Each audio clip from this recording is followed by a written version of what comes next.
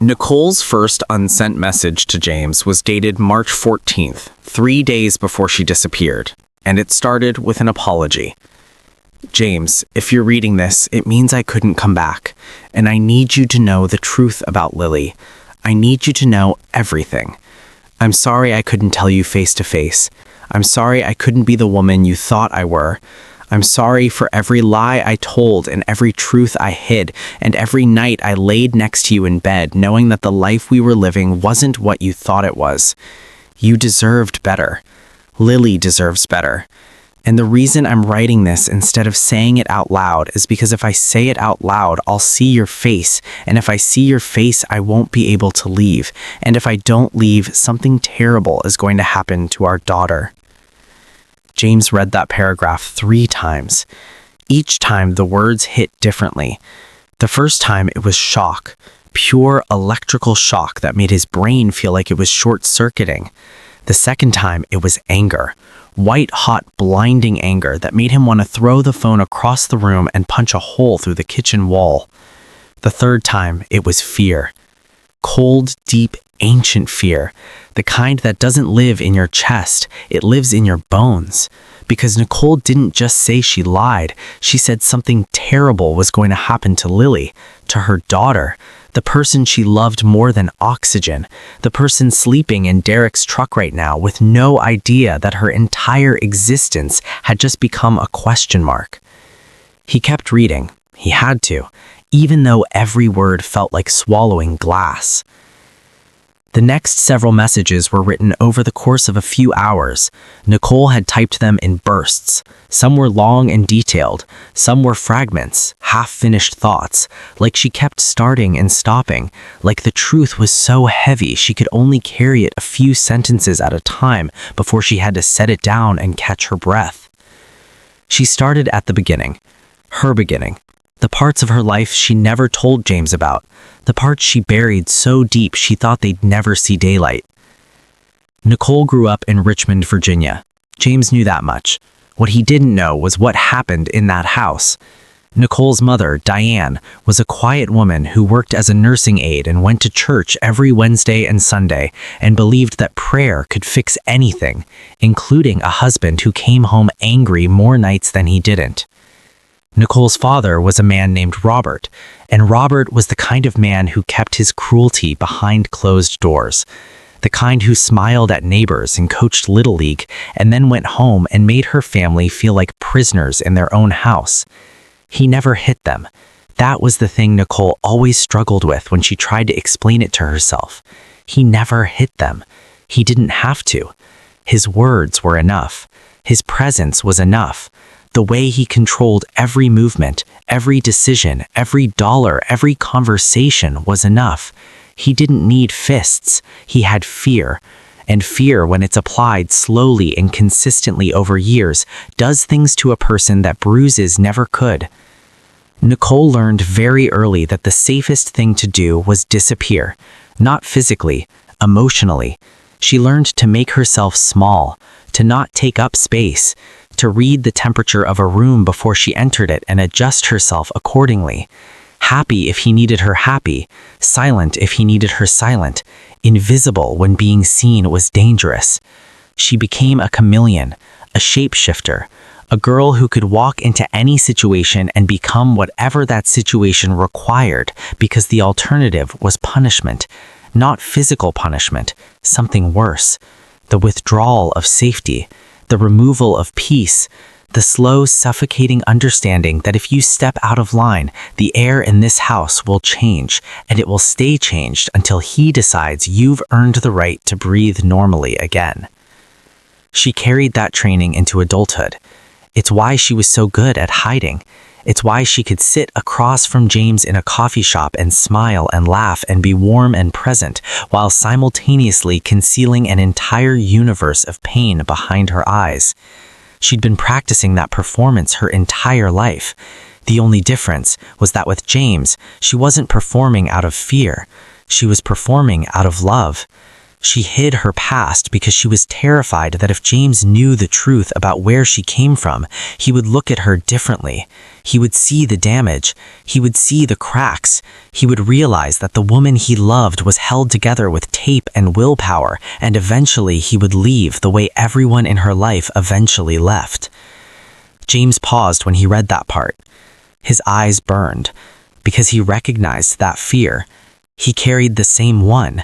The fear that if someone sees the real you, they'll choose to go. He and Nicole had been sitting across from each other for years, both carrying the same wound, both hiding it from each other, both terrified of the same thing. Two broken people building a life together on top of the cracks and praying the foundation would hold. It didn't. Nicole's messages continued.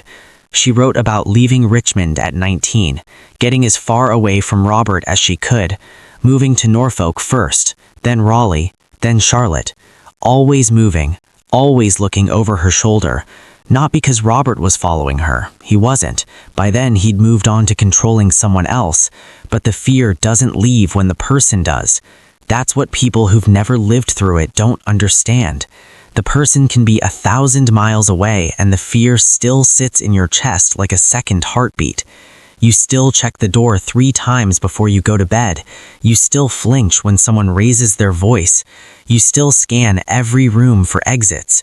You still carry the weight of a danger that technically doesn't exist anymore, but your body doesn't know that because your body kept score long after your mind tried to move on. But then, Nicole wrote something that shifted the entire direction of the story, something that made James sit up straighter and read with the kind of focus that blocks out everything else in the world. She wrote about a man named David Kavanaugh. James recognized the last name immediately, M. Kavanaugh, the name from the margin note on the medical document. He leaned forward, his eyes narrowing on the tiny screen of the flip phone. Nicole met David Kavanaugh when she was 22. She was living in Raleigh, working as a receptionist at a medical office. David was a patient.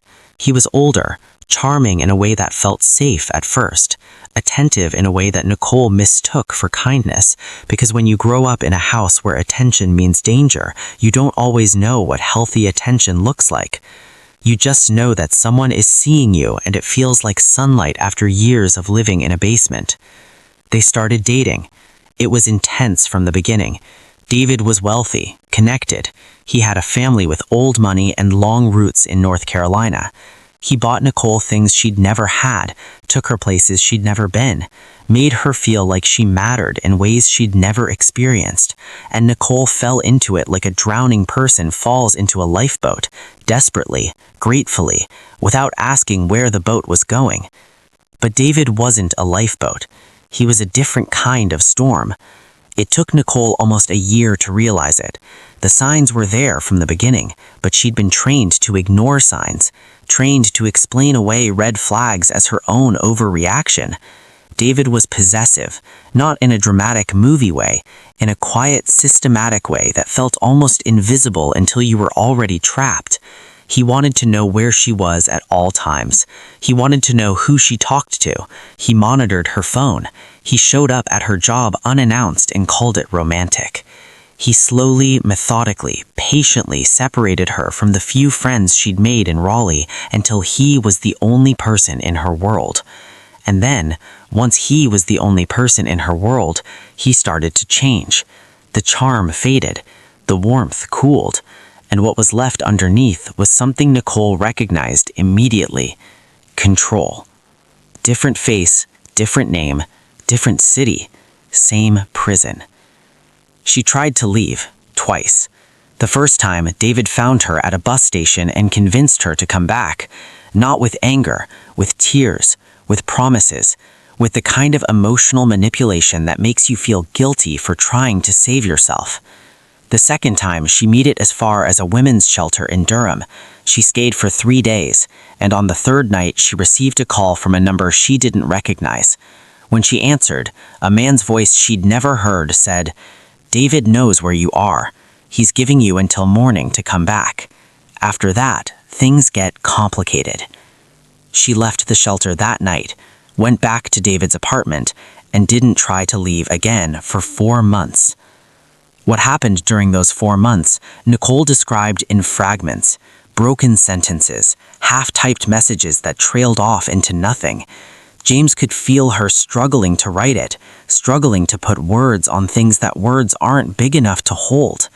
She wrote about isolation, about manipulation so constant and so sophisticated that she started questioning her own sanity, about a man who convinced her that nobody would ever believe her, that nobody would ever want her, that she was damaged goods and he was the only person generous enough to take her in. And then Nicole wrote one sentence that made James stop breathing for a full 5 seconds. I got pregnant. Not with Lily, before James, before Charlotte, before the coffee shop and the exposed brick and the misspelled names on cups. Nicole got pregnant with David Kavanaugh's cause when she was 23 years old. James set the phone down, pressed his palms flat against, stared at the ceiling. His mind was racing, but his body was completely still, like a man standing in the eye of a hurricane waiting for the next wall of wind to hit. He picked the phone back up. Nicole wrote that when she told David she was pregnant, his reaction was immediate and terrifying. He didn't want the baby. He made that clear within seconds. Not because he didn't want children in general, but because a child would complicate things. A child would be evidence. A child would connect him to Nicole permanently, and David Kavanaugh was not a man who wanted permanent connections to women he considered disposable. He told Nicole to handle it. Those were his exact words. Handle it. Nicole refused. For the first time in their relationship, she said no. And that single word, that tiny 2-letter act of defiance, triggered something in David that Nicole had been afraid of from the beginning. He became dangerous. Not the subtle kind of dangerous she'd been living with, the real kind. The kind that makes you sleep with your shoes on in case you need to run in the middle of the night. What happened next, Nicole described in the most clinical, detached language James had ever read, like she was writing a police report instead of a text message, like the only way she could get through it was to remove herself entirely and describe it from the outside. David took her to a private medical facility, not a hospital, a private clinic run by a doctor named Martin Kavanaugh, David's uncle, the same M. Kavanaugh's name that appeared on the medical document James found in the box. The procedure that was performed at that clinic was not what Nicole consented to. She was told it was a routine examination. It was not. James's hands were shaking so violently now that the phone was vibrating against the table. He could feel bile rising in his throat. He could feel a rage building inside him that was different from any anger he'd ever experienced. This wasn't frustration. This wasn't resentment. This was the kind of fury that exists at the molecular level, the kind that rewrites your DNA, the kind that turns a patient, quiet man into someone capable of things he never imagined. Nicole lost the pregnancy at that clinic under the hands of David's uncle, against her will. She wrote, I know you must hate me for not telling you this. I know you must think I'm a different person than the woman you married. But James, I need you to understand. When I met you, I was running from this. I was trying to build something clean, something safe, something that didn't have David's fingerprints on it. I wanted to be new. I wanted to be whole. I wanted to deserve you. James wiped his face. He didn't realize he'd been crying. The tears had come without announcement, without sound. They just appeared on his cheeks like they'd been waiting there for 2 years and finally had permission to fall. He kept reading. Nicole wrote that after the clinic, she finally escaped David, not through courage, through luck. David got into legal trouble, something related to his business, something that required his attention and his money and his lawyers.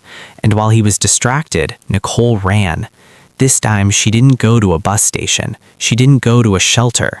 She got in her car at 3 a.m. with nothing but a bag of clothes and $400 in cash, and she drove. She drove for 7 hours straight.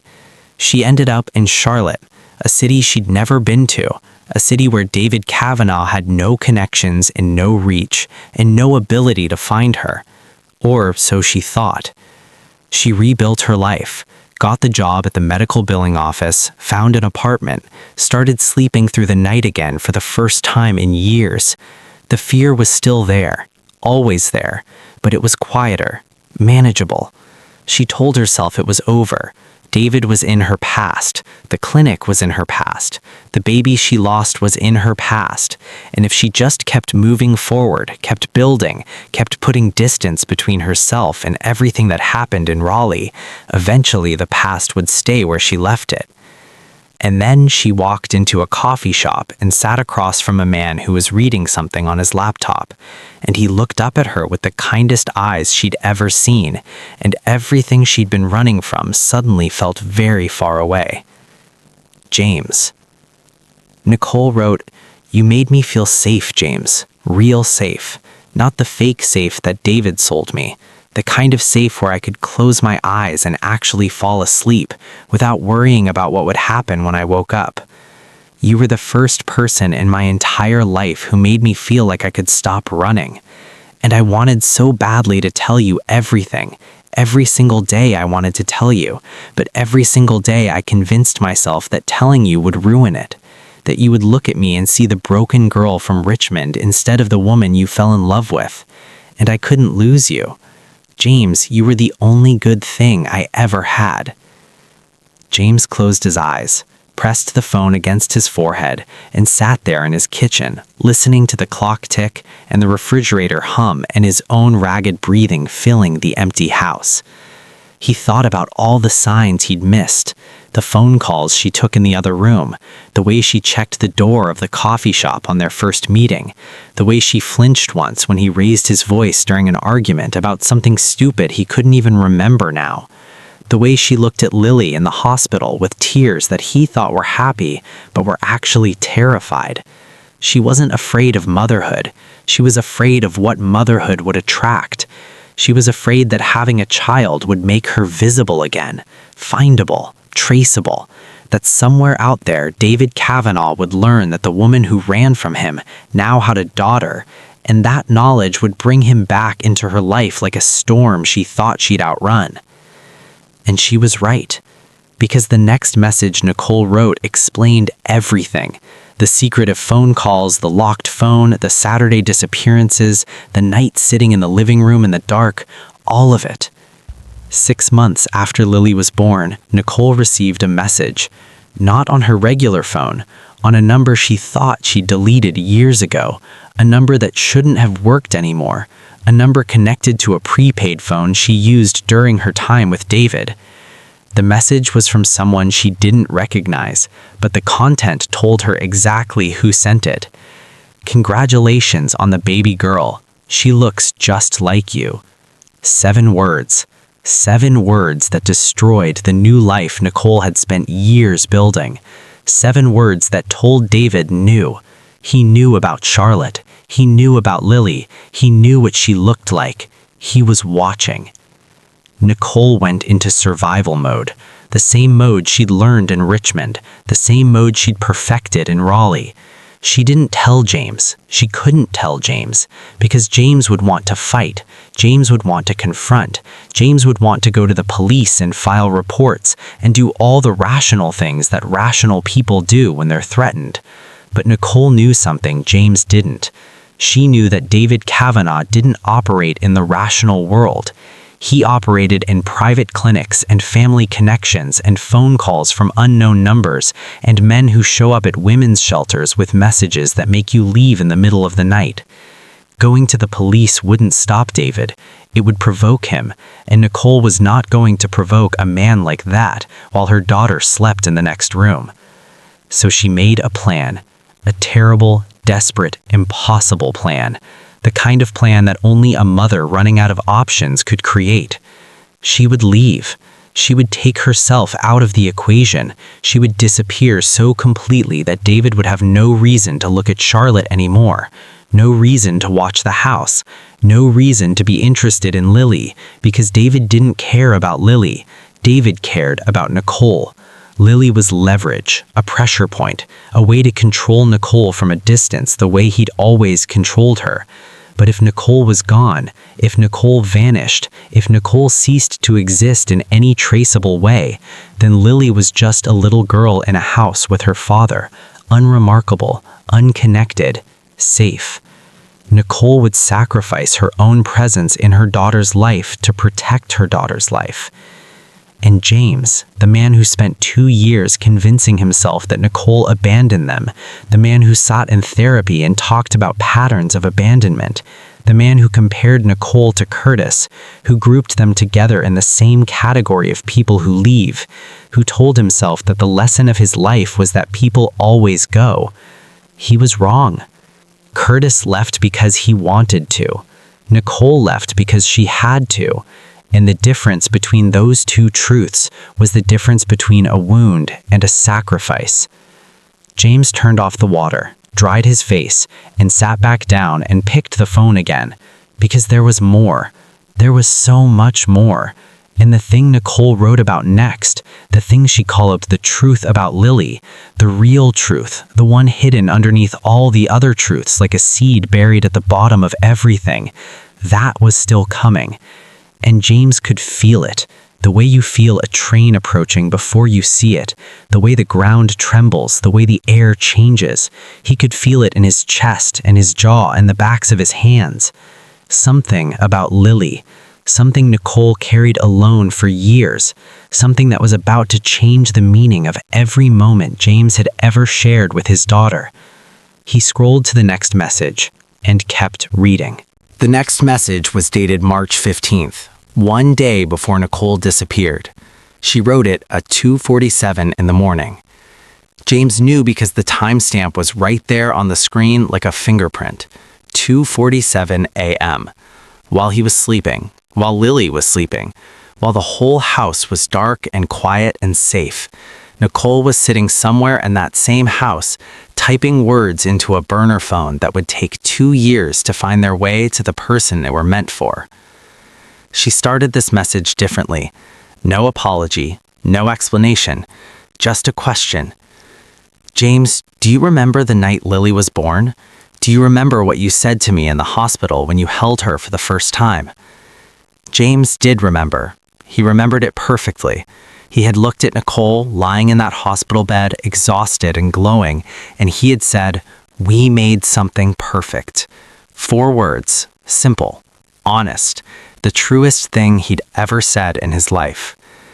Nicole wrote, "You said we made something perfect, and I looked at you and I smiled and I wanted to die right there in that bed. Not because I was unhappy, because you meant it. You truly meant it.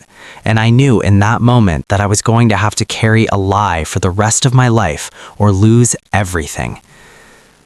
Nicole's throat tightened.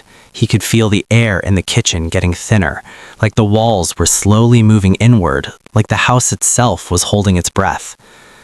Nicole continued, "What I'm about to tell you is the thing I've been most afraid of in my entire life, more afraid than I was of my father, more afraid than I was of David, more afraid that I am right now, writing this knowing that someone might be watching our house. This is the thing that kept me up at night, the thing that made me cry in Lily's room when she was sleeping, the thing I almost told you in the hospital the day she was born, before the nurse walked in and I lost my courage. I've started writing this sentence 40 times and deleted it every time, but I can't delete it anymore. You need to know." James realized he was holding his breath. He forced himself to inhale. The kitchen clock ticked. The refrigerator hummed. Outside, he could hear the faint sound of crickets and the distant rumble of a car passing on the next street. Normal sounds, the sounds of a world that was still turning even though his had stopped. He scrolled down. Nicole wrote, "When I got to Charlotte, I thought I was free. I thought I'd left everything in Raleigh behind. But 3 months after I arrived, I started feeling sick. Not stressed sick, physically sick. I went to a clinic, a free clinic downtown because I didn't have insurance yet, and the doctor told me something that I couldn't process, something that didn't make sense. something that should have been impossible based on what happened at the Kavanaugh clinic. James's eyes were burning, not from crying, from not blinking. He was reading so intently that his body had forgotten to perform basic functions. James, I was pregnant, 3 months pregnant, and the only person I had been with in the past year was David. James set the phone down, picked it up, set it down again. His brain was doing something strange. It was simultaneously understanding what he was reading and refusing to understand it, like two parts of his mind were at war. One part was connecting the dots with cold mechanical precision, and the other was screaming, "No, no, no, this isn't real, this can't be real." He picked the phone up one more time and kept reading. Nicole wrote that the pregnancy should not have existed. The procedure at the Kavanaugh clinic was supposed to have ended any possibility of it, but either the procedure failed or it was never completed the way David believed it was. Nicole didn't know which. She didn't care which. All she knew was that she was carrying a child.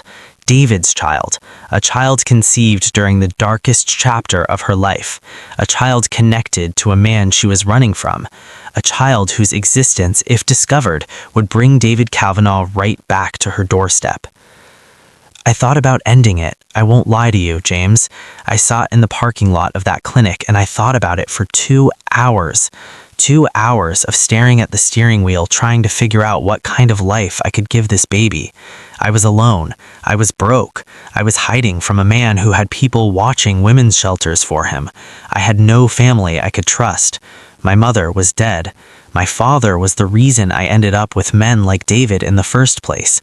And Vanessa knew about David. She knew what happened at the clinic, and her advice was to just move on and forget about it, like you can forget about something that lives inside your body. Nicole wrote that she sat in that parking lot until the clinic closed, and when the last nurse locked the front door and walked to her car, Nicole was still sitting there, still staring at the steering wheel, still trying to make a decision that no woman should have to make alone. She chose to keep the baby. Not because she was brave, not because she had a plan, not because she believed everything would work out. She kept the baby because when she put her hand on her stomach and closed her eyes, she felt something she hadn't felt in years. Purpose. A reason to stop running. A reason to stop being afraid. A reason to build something instead of always tearing things down and starting over. This baby didn't ask to exist. This baby didn't choose its father.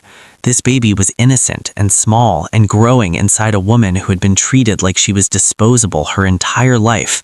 And for the first time, Nicole decided that she was not disposable, that what was inside her was not disposable, that they were both worth fighting for. She got prenatal care at the free clinic under a slightly altered version of her name. She worked as long as she could at the billing office. She saved every dollar. She ate cheap food and took her vitamins and talked to the baby at night alone in her apartment. She told the baby, "I don't know what's coming, but I'm going to keep you safe. I promise, whatever it takes." And then, 3 months later, at a coffee shop with exposed brick and acoustic guitar music and misspelled names on cups, she met James. James read that line and felt the room tilt, because now he was doing the math that had been hiding in plain sight for 8 years. Nicole was 3 months pregnant when she arrived in Charlotte. She met James 3 months after that, which means Nicole sat across from him at that coffee shop when she smiled at him and showed him the cover of her book and laughed at his jokes and gave her her number. She was 6 months pregnant. 6 months. James tried to remember, tried to picture her that day. What was she wearing? Was she showing? He couldn't remember.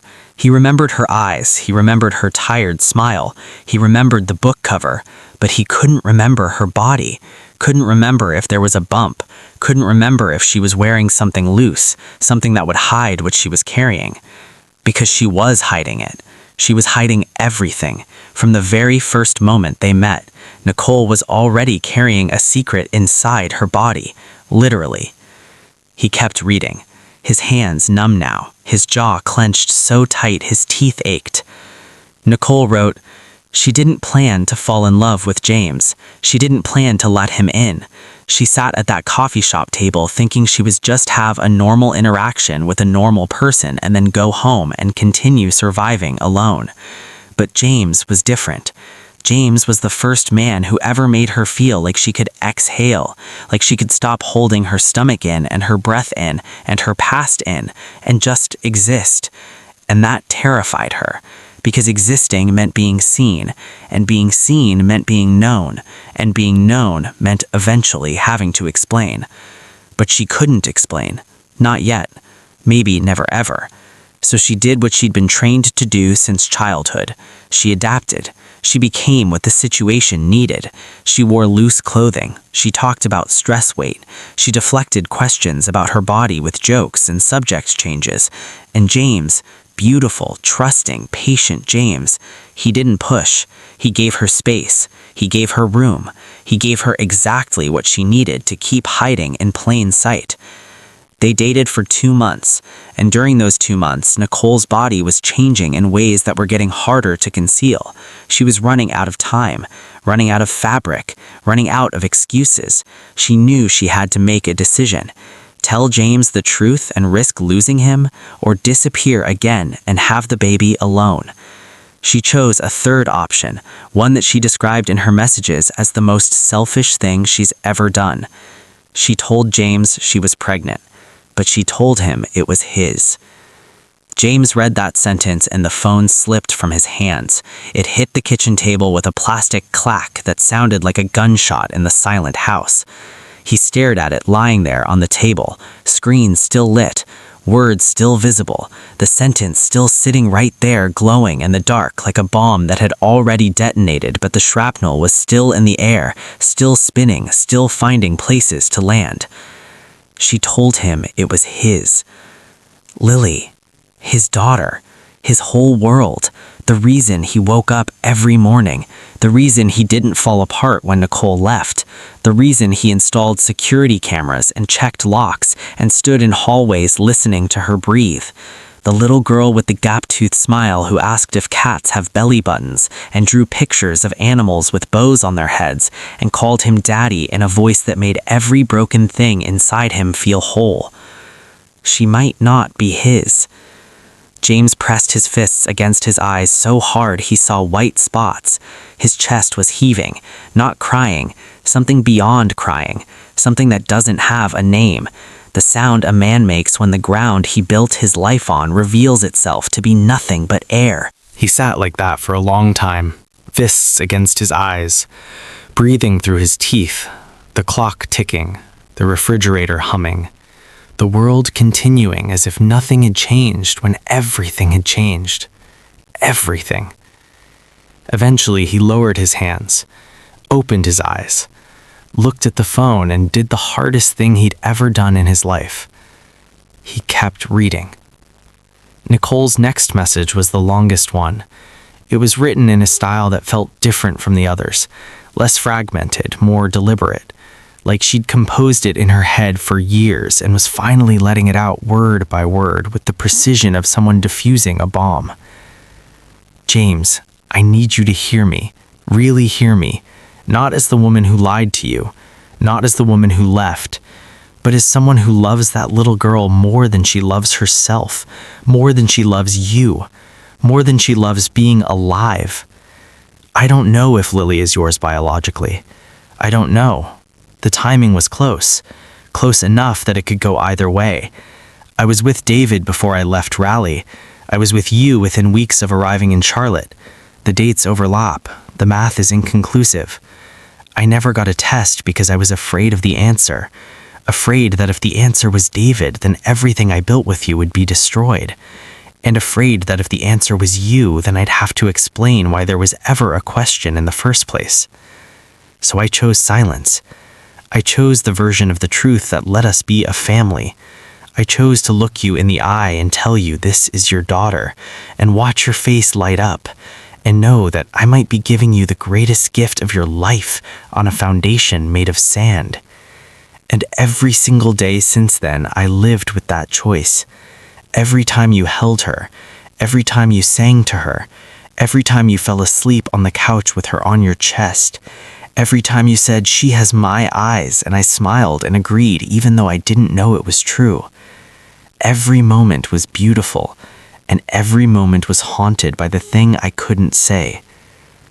James was crying now, really crying, the kind where your whole body participates, shoulders shaking, jaw trembling, tears falling on the kitchen table and small dark circles that spread and overlapped like rings in water. He wasn't making a sound. The crying was silent, the way Gloria used to cry behind her bedroom door, the way Denise cried on the edge of her bed at midnight, the way people cry when they've been trained to break quietly so they don't wake the child sleeping in the next room. He wiped his face with both hands, smeared the tears across his cheeks, took 3 deep breaths and read the next message.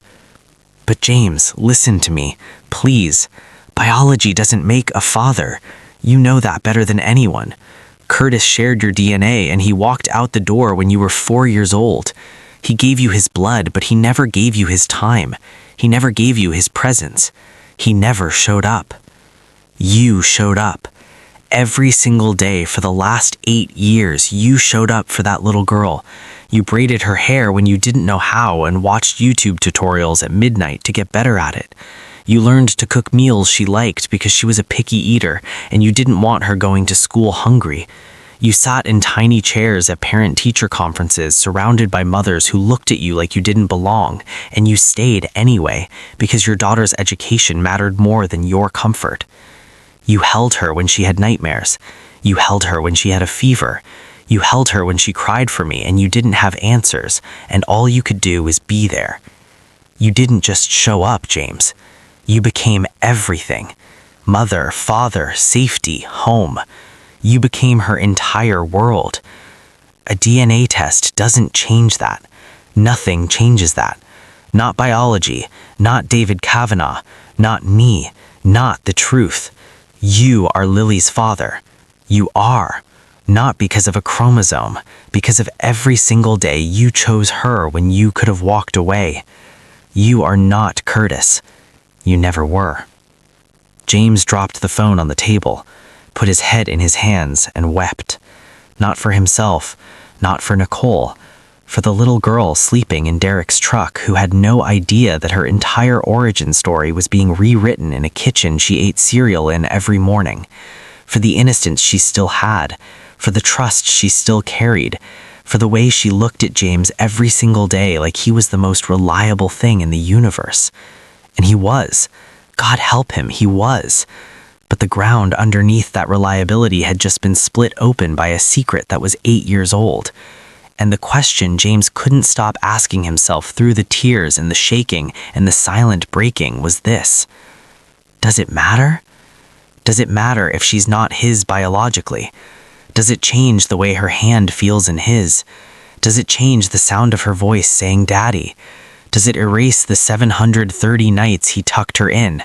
The chicken tenders at Rosie's, the songs in the car, the homework at the kitchen table, the time she fell off her bike and he carried her 6 blocks home with blood on his shirt and tears on his face because seeing her hurt was worse than being hurt himself.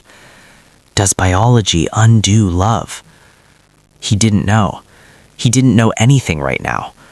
The only thing he knew was that Lily was sleeping in a truck outside his house, and he needed to bring her inside and put her to bed and kiss her forehead and say goodnight, the way he did every single night. Except tonight, the watching felt different than usual. Tonight, the watching carried a weight it never carried before, because tonight there was a question hovering over this bed that James wasn't sure he wanted answered. But there was one thing he was sure of. Whatever the answer was, it wouldn't change this moment, this room, this girl, this love. It couldn't. He wouldn't let it. He stood up, wiped his face, steadied himself against the kitchen counter for a moment, then walked to the front door, opened it. The night air hit his face cool and sharp and real. Derek was leaning against the truck with his arms crossed. He saw James's face and straightened up immediately. The look on Derek's face said everything. He could see it. The redness around James's eyes, the way his jaw was set too tight, the way his hands hung at his sides like they'd forgotten how to function. James, what happened in there?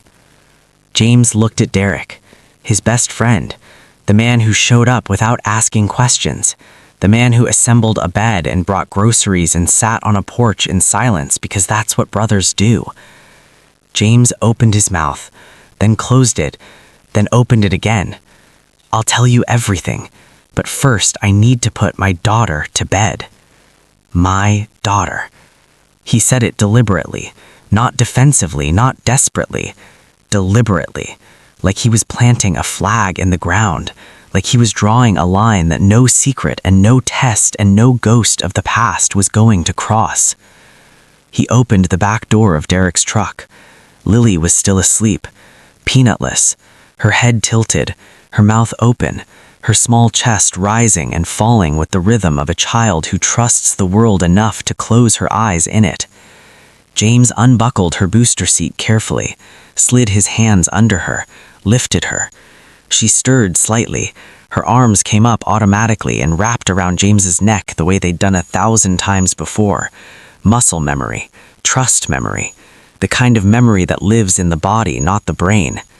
He carried her inside, down the hallway, past the kitchen table where the burner phone still sat glowing with secrets, past the bathroom, past his bedroom, to her room, the room Nicole had been standing in 2 hours ago, the room that was still disturbed, boxes on the floor, closet doors open, baby blankets scattered.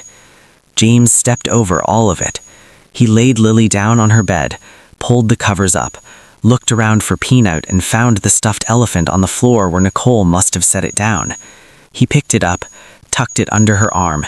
She grabbed it instinctively, eyes still closed, still asleep, still dreaming about cats with bows and volcanoes under national parks. James stood over her bed, watching her breathe, the way he did every single night. Except tonight, the watching felt different than usual. Tonight, the watching carried a weight it never carried before. Because tonight, there was a question hovering over this bed that James wasn't sure he wanted answered.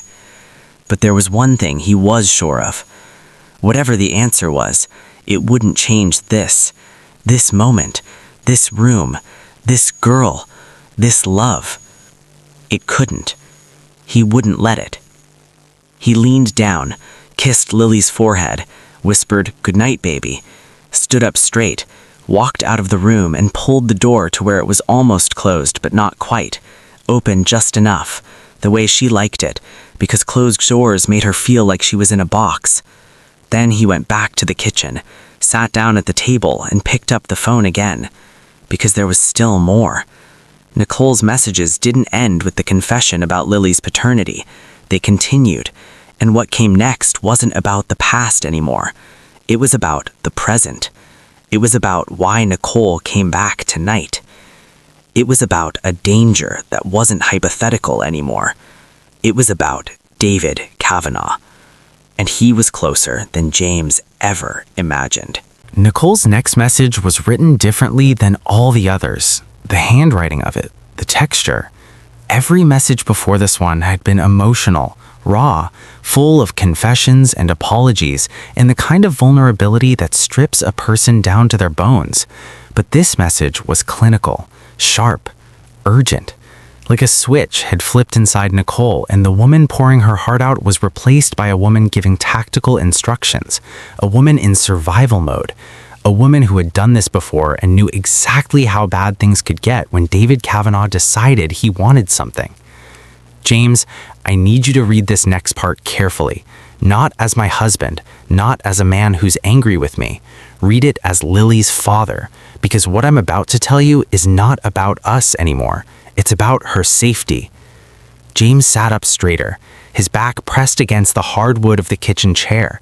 The tears had dried on his face, leaving his skin tight and salty. His eyes were swollen. His chest ached from the silent sobbing that had racked his body 20 minutes ago. But the aching stopped when he read that line, replaced by something colder, something that cut through the grief and the confusion and the heartbreak like a blade through fog. Her safety. 2 words that activated every protective instinct James had ever developed, every camera he'd ever installed, every lock he'd ever checked. Every night he'd stood in a hallway listening to his daughter breathe just to make sure she was still there. All of it snapped into focus, because whatever Nicole was about to say next was not about paternity. It was not about lies. It wasn't about who Lily's biological father was. It was about keeping her alive. James kept reading. Nicole wrote that for the first 18 months of Lily's life, she believed she had successfully disappeared. She believed David Kavanaugh had moved on. She believed the distance and the silence and the careful way she had erased her digital footprint had been enough. She used a slightly different name at work. She didn't have social media. She paid for everything in cash when she could. She was meticulous, the kind of woman who has been hunted can be. Because when you've lived under the control of a man like David Kavanaugh, you learn that freedom is not a destination, it's a discipline. You have to practice it every single day. You have to be vigilant every hour. You have to assume that the moment you relax is the moment you get caught. And for 18 months, the discipline held. Nicole went to work, came home, loved her daughter, loved her husband, built a life that felt more real every day, and slowly, almost imperceptibly, she started to believe that maybe this time the running was actually over. Maybe this time she had outrun the storm. Then the text message arrived, the one she mentioned before. "Congratulations on the baby girl. She looks just like you." Nicole wrote that when she read those 7 words, her vision went black. Not figuratively, literally. Her body shut down for a moment, like a circuit breaker tripping. She was standing in the kitchen when the message came in. James was at work.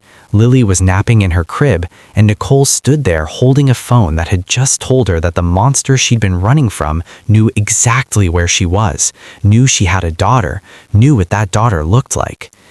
She didn't scream. She didn't cry. She didn't call the police.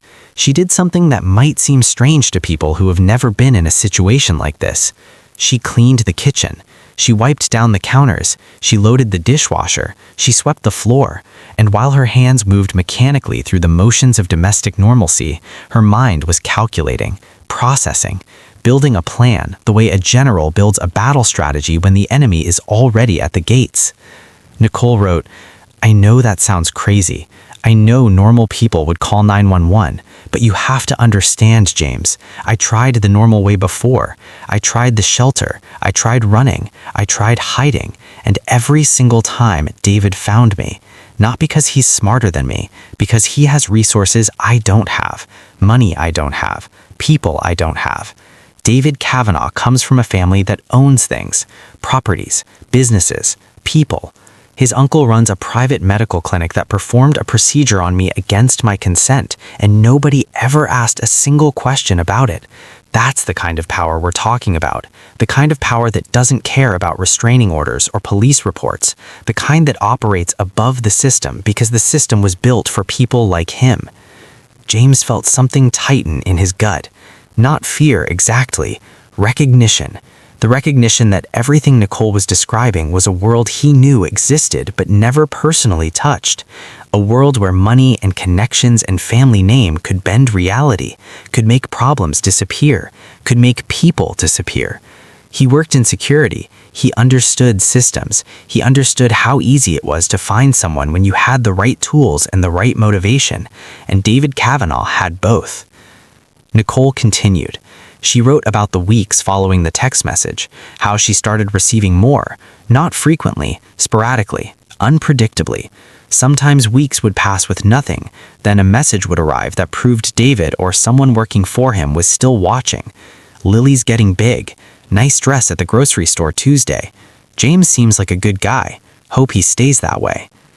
Each message was designed to do the same thing, remind Nicole that she was not free, that she was never free, that the walls she'd built around her new life were made of glass, and David could see right through them and shatter them whenever he chose. Nicole wrote that the messages were never threatening in a way that would hold up legally. That was the genius of it. That was the Kavanaugh way. Never leave a fingerprint. Never make a direct threat. Just let the target know you're there. Let the fear do the work for you. Let them live in a state of constant low-grade terror that eats away at their sanity from the inside out until they either break or comply. And what David wanted was compliance. Nicole wrote that 6 months after the messages started, she received a phone call, not from David directly, from a lawyer, a man who identified himself as representing a private client with a family interest. The lawyer spoke in polished, careful language that sounded almost friendly if you didn't listen closely. He told Nicole that his client was aware of the child, that his client believed the child might be biologically connected to his family, and that his client wanted to establish a relationship with the child through proper legal channels. Establish a relationship, those were the words he used. Like David Kavanaugh wanted to take Lily to the park and push her on the swings. Like this was a custody matter between two reasonable adults who just happened to have different perspectives. Nicole knew better. She knew that establish a relationship was the legal equivalent of a crowbar. Once David got any legal foothold, any documented connection to Lily, he would use it to pry open the door, and once that door was open, it would never close again. He would have access, visitation, information, leverage. He would have exactly what he wanted. Control. Not over Nicole this time, over her daughter. Nicole told the lawyer no. The lawyer said he understood, that his client would be disappointed but respectful, that the offer would remain open, and then the lawyer said one more thing before hanging up, something that turned Nicole's blood to ice. My client also wanted to mention that he's recently acquired some property in the Charlotte area. Beautiful city. He's thinking of spending some time there. Nicole hung up the phone and threw up in the kitchen sink. He was coming, not metaphorically, physically. David Kavanaugh was moving to Charlotte, positioning himself, getting closer, building a base of operations in the same city where Lily went to school and rode her bike and ate chicken tenders at Rosie's Diner on Tuesday nights. Nicole wrote, "This is when I started to unravel. The phone calls she took in the other room, the locked phone, the Saturday disappearances, all of it was connected to one thing. She was trying to find an out.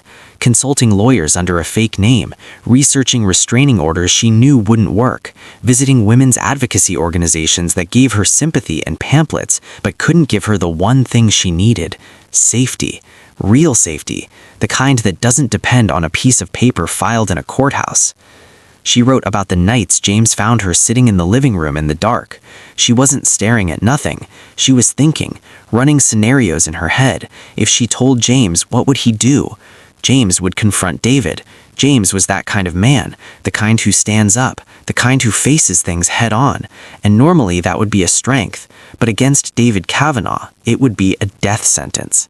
Not literally, although Nicole wasn't entirely sure about that, but professionally, financially, legally, David would bury James. He would drown him in lawsuits and legal proceedings and custody battles that would drain every dollar James had until he was broke and broken and unable to fight back. And then David would get what he wanted, anyway. He would get Lily, not because he loved her, because she was his. In his mind, she was property, an asset, a thing that belonged to him because it came from him. That's what men like David believe, that creation equals ownership, that biology is a deed of title, that fathering a child is the same as owning a child, regardless of if you ever held her, or fed her, or sat in a tiny chair at a parent-teacher conference, or stayed up all night with her when she had a fever. Nicole wrote, "I thought about every possible option, James, every single one. I thought about going to the FBI. I thought about changing our names and moving to another state. I thought about going public and telling everyone what David did to me. But every option had the same flaw. Every option kept me connected to Lily. And as long as I was connected to Lily, David had a reason to be connected to Lily. I was the thread. I was the link. If I cut myself out of the picture, there would be no reason for David to come to Charlotte, no reason for him to pursue custody, no reason for him to be interested in a little girl being raised by a single father and a..." James read that and had to close his eyes, because now he understood, not just intellectually, in his body, in his gut, in the part of him that had been aching for 2 years without knowing why. Nicole didn't leave them, she amputated herself. She cut herself away from the people she loved most in the world, and she did it with full knowledge that she would bleed out from the wound, that she would spend the rest of her life haunting the edges of her daughter's existence, watching from a distance, driving past the house at night, never touching, never holding, never hearing Lily say, "Mommy," again. She chose exile. Voluntary exile, the worst kind, the kind you impose on yourself because you love someone too much to let your presence put them in danger. James opened his eyes and kept reading. Nicole wrote that the plan worked for a while. After she disappeared, David's lawyer stopped calling. The text messages stopped. The pressure evaporated. Nicole monitored from a distance. She had Vanessa check in periodically. She drove past the house at night to see the lights on, just to know they were okay. And for 2 years, the silence held. David moved on, found other interests, other targets, other women to control. Lily was safe. James was safe. The sacrifice was working. Until 3 weeks ago. Nicole wrote that 3 weeks before the night she broke into the house, she received information from someone connected to David's circle, someone she'd been paying for intelligence, a woman who worked in David's legal team, a mole, someone Nicole had found and cultivated during the months before she disappeared, a woman who believed in Nicole's story and agreed to feed her information in exchange for payments Nicole could barely afford. This woman contacted Nicole with 4 words that unraveled 2 years of sacrifice.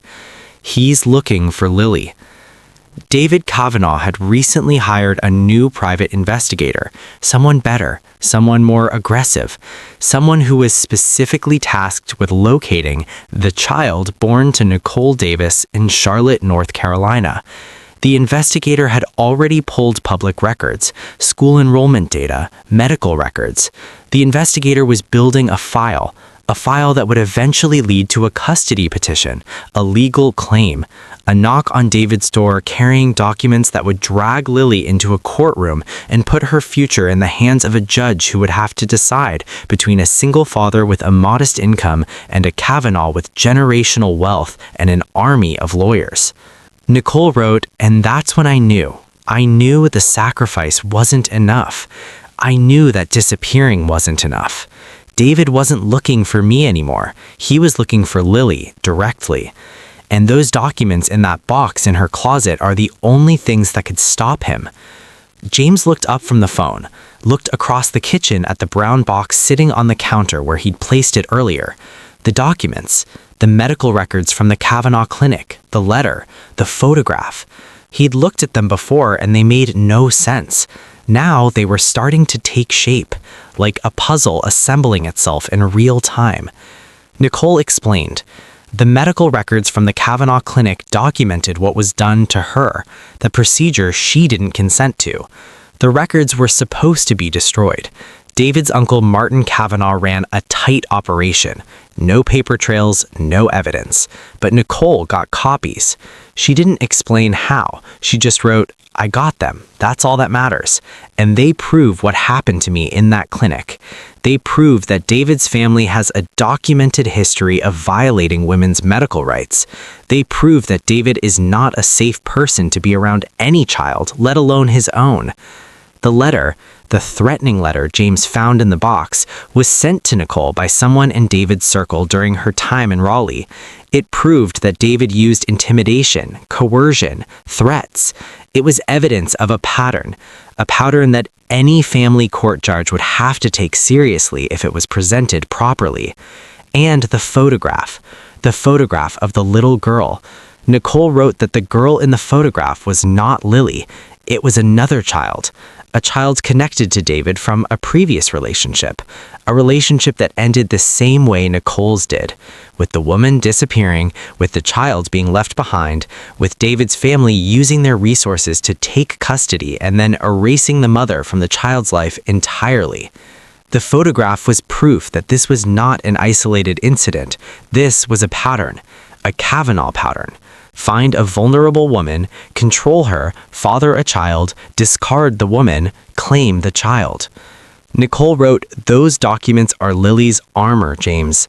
As long as you have them, David can't win in court. Their lawyers will try to bury you. They'll try to outspend you. They'll try to paint you as inadequate and unfit. But those documents prove what kind of family they really are, what kind of man David really is. And no judge in this country is going to hand a child over to a family with that kind of record." James picked up the documents from the counter, held them in his hands. These wrinkled, folded, slightly bent papers that had been hiding behind baby blankets for 2 years. They didn't look like armor. They looked like nothing, like junk mail you'd toss without opening. But they were the reason Nicole came back tonight, the reason she risked being seen, the reason she broke into the house she used to live in and searched her daughter's closet with the frantic desperation of a woman running out of time. Because the private investigator David hired wasn't just building a file. He was getting close to finding the paper trail Nicole left behind, close to tracing the documents back to the Kavanaugh clinic. And if David got to those documents first, he would destroy them, the way his family destroyed evidence, the way they destroyed the records from the clinic, the way they destroyed women who got in the way.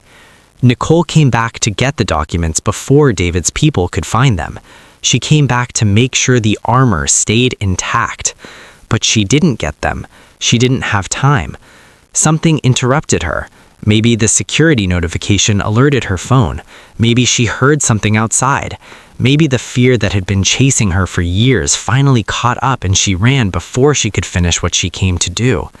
She left the box. She left the burner phone. She left the documents. And she left one final message on the burner phone that Nicole had typed just hours before coming to the house.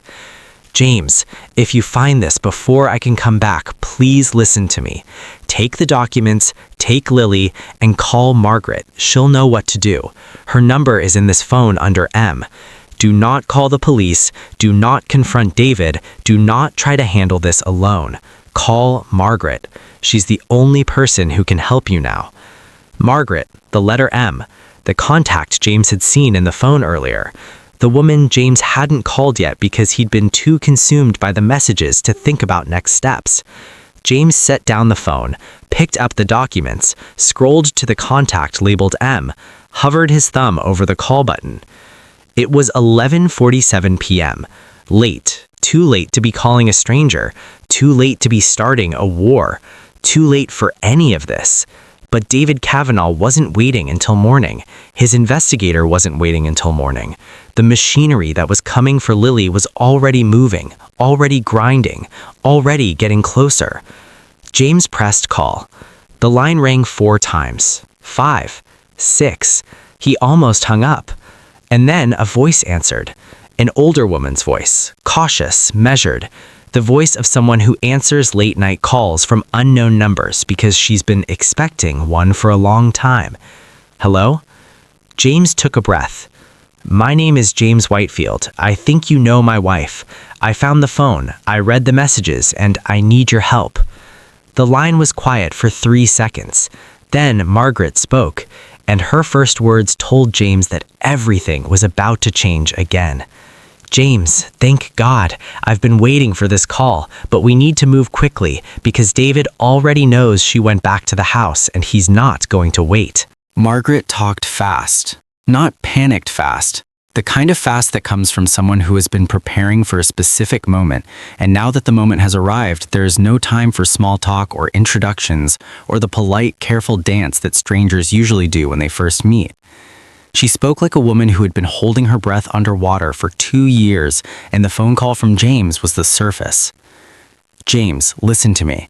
I'm going to tell you some things and I need you to not interrupt. I need you to just listen. Can you do that?" James said yes. His voice was hoarse, scraped raw from the crying and the silence and the weight of everything he'd absorbed in the last 3 hours. He sat at the kitchen table with the burner phone pressed against his ear and the documents locked away in the hallway closet and his daughter sleeping down the hall and the night pressing against the windows like a living thing trying to get inside. Margaret told James who she was.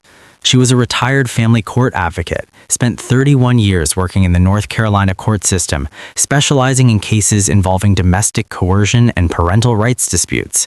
She'd seen everything: custody battles that turned into wars, fathers who used money as a weapon, mothers who disappeared to protect children the courts couldn't protect, women who fell through the cracks of a system that was supposed to catch them. Margaret spent her entire career trying to patch those cracks, and eventually she retired because the cracks kept getting bigger and her hands kept getting tired. But she didn't stop working. She couldn't. Some people retire from their jobs, but not from their purpose. Margaret became an unofficial resource, a woman whose phone number got passed from shelter to shelter, from advocate to advocate, from one desperate woman to the next. If you were in trouble, if the system had failed you, if the man who was hurting you had more money and more lawyers and more power than you could ever hope to match, you called Margaret, and Margaret would figure something out. Nicole found Margaret 14 months before she disappeared, through a women's advocacy network in Charlotte that Nicole had visited 3 times under a fake name. Margaret remembered the first time Nicole called her. She was so scared she could barely speak. She kept stopping in the middle of sentences to listen, like she was checking to make sure no one was in the room, like even the walls might be reporting back to him. Nicole and Margaret developed a plan over the course of several months. Margaret helped Nicole gather the documents, the medical records from the Kavanaugh clinic, the threatening letter, the photograph of the other child David had claimed from a previous relationship. Margaret was the one who told Nicole to hide the documents somewhere physical, not digital, not in a cloud or an email or a hard drive, physical, paper, because physical evidence can't be hacked, can't be deleted remotely, can't be wiped by someone with the resources to hire the best digital forensics team money can buy. David Kavanaugh could reach into servers and databases and online accounts like a man reaching into his own pocket, but he couldn't reach into a box hidden behind baby blankets in a closet he didn't have access to. That was the plan. Hide the documents, disappear, let the trail go cold, and if David ever came looking for Lily, those documents would be the shield, the one thing his money couldn't buy, the one thing his lawyers couldn't spend, the one thing that would prove in front of any judge in any courtroom in this country that David Kavanaugh was not a man who should be anywhere near a child. Margaret told Nicole that had been living under a different name about 25 minutes from his house. 25 minutes. The entire time. She was that close. Close enough to drive past the house at night and see the porch light James always left on. Close enough to park down the street from Lily's school and watch her walk inside every morning. Close enough to sit in her car in the Rosie's Diner parking lot on Tuesday nights and watch through the window as her daughter ate chicken tenders and her husband pretending he wasn't falling apart. James closed his eyes when Margaret told him that. 25 minutes, 730 days of thinking she was gone, of imagining her in another state, another country, another life, and she was 25 minutes away watching them, loving them from the other side of a windshield, close enough to touch, but disciplined enough not to, because touching meant connecting, and connecting meant David could find the thread and follow it back to Lily, and David was the one thing she would not risk. Margaret said, "She never stopped, James. I want you to know that. She never stopped being Lily's mother. She just did it from a place where being a mother couldn't get her daughter killed." James pressed his fist against his mouth, not to stop himself from crying. He was past crying. This was something else. This was the sound a man makes when he realizes that the story he's been telling himself for 2 years, the story of abandonment and betrayal and a woman who chose to leave, was never the real story at all. The real story was a mother in a parked car at night, staring at a house she couldn't enter, watching a life she couldn't touch, grieving a daughter she couldn't hold, every single night, for 2 years, 25 minutes away. Then Margaret's voice changed. The warmth drained from it, replaced with something harder, something urgent. "James, I need to tell you what happened tonight, why Nicole went to the house." James opened his eyes. Margaret explained. 3 weeks ago, the mole inside David's legal team contacted Nicole with the warning that David had hired a new investigator. Nicole and Margaret had discussed options. They considered going to the FBI. They considered filing a preemptive custody claim.